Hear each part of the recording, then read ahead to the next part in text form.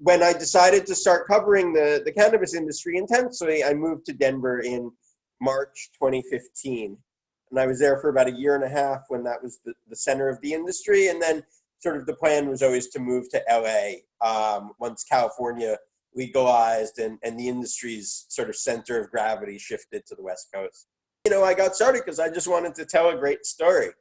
And now I'm still telling that great story and trying to build a business around it. So I just have a lot of different things to do, and I get excited by trying to fit it all together.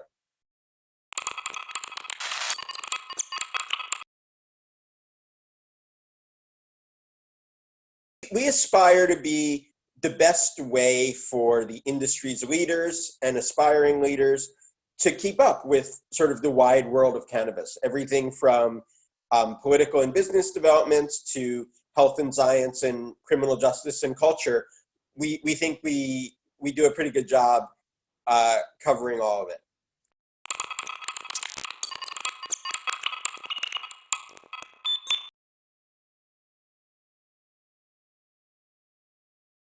I started writing the WeedWeek newsletter in 2015 when I was living in Denver. And essentially, I think of it as the best way that folks can keep up with all the recent development of the week's developments in the cannabis industry. The most important thing about WeedWeek and what really informs what we do is that we're editorially independent. That means that the newsletters we write, the articles we write, the podcasts we produce, those are produced because we believe they're what is most valuable to the audience. Our advertisers have no influence on our editorial content. And in fact, I don't solicit advertising, and none of the editorial team solicits advertising. We have a separate business team to ensure that our advertisers have no influence on our editorial content.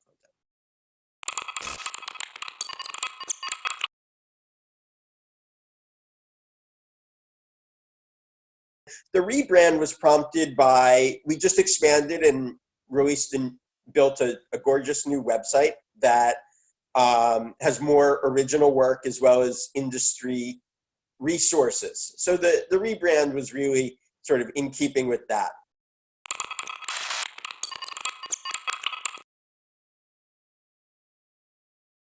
My new report, the WeedWeek Guide to the California Cannabis Industry, which we're giving away at weedweek.net, is about a 65-page report talking to some of the leaders in the space about some of the obstacles they're facing and how they're overcoming them, and how, of course, the pandemic to some degree has complicated that even further.